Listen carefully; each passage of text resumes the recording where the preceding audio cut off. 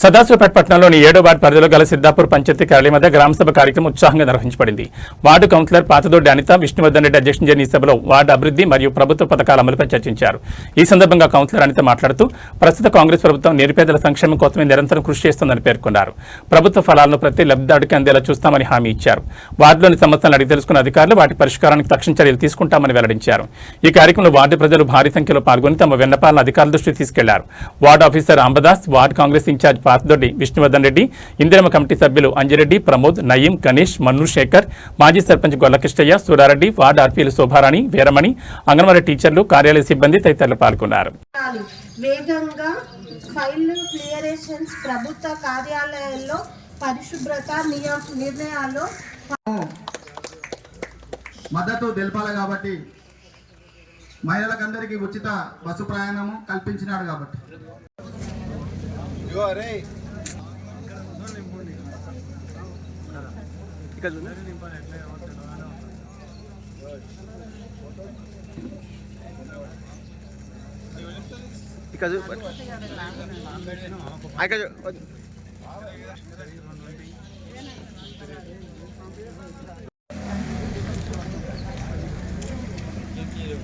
ఈ స్కీమ్ అయినా ఆ కమిటీ గత పాలకుల తప్పిదాలను సరిచేస్తూ పనిచేస్తుంది. మేము పాలకులను ప్రజల ఆకాంక్షలు, అవసరాలే కేంద్ర బిందువుగా నిత్యము శ్రమిస్తున్నాం. ప్రతి నిర్ణయంలో ప్రజల మేలు, సామాజిక బాధ్యత, రాష్ట్ర భవిష్యత్తు దృష్టిలో పెట్టుకుంటున్నాం.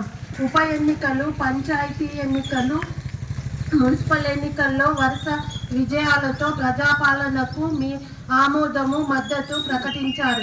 మీకు ఇచ్చిన ఈ ఫలితాలు మా బాధ్యతను మరింత పెంచాయి. ప్రభుత్వ పథకాలు అందే కాగితాలపై కాదు, ప్రజల జీవితాల్లో స్వచ్ఛమైన మార్పు తేవాలన్నది మా సంకల్పము. ఆ ఉద్దేశంతోనే ప్రజాపాలన ప్రగతి ప్రణాళిక పేరుతో కార్యక్రమాన్ని ప్రారంభించాము. మార్చి 6 నుండి 99 రోజుల పాటు గ్రామ స్థాయి నుంచి రాష్ట్ర స్థాయి వరకు 100 రోజుల ప్రగతి పాలన నిమిత్తము 6 గ్యారంటీలు రాని వాళ్లకు మళ్ళీ కొత్తగా ఇప్పుడు మళ్ళీ స్టార్ట్ చేసాను. అందులో ఇప్పుడు కొత్త రేషన్ కార్డులు వచ్చి 2000 మహాలక్ష్మి కొంతమందికి రాలేదు, అవి ఇప్పుడు పెట్టుకోవాలి. ఇందిరమ్మ ఇండ్లు కొంతమంది, మళ్ళా 500 గ్యాస్ సబ్సిడీ, ఉచిత కరెంటు, అవి రానోళ్ళందరూ మళ్ళీ ఇప్పుడు కొత్తగా పెట్టుకోండి.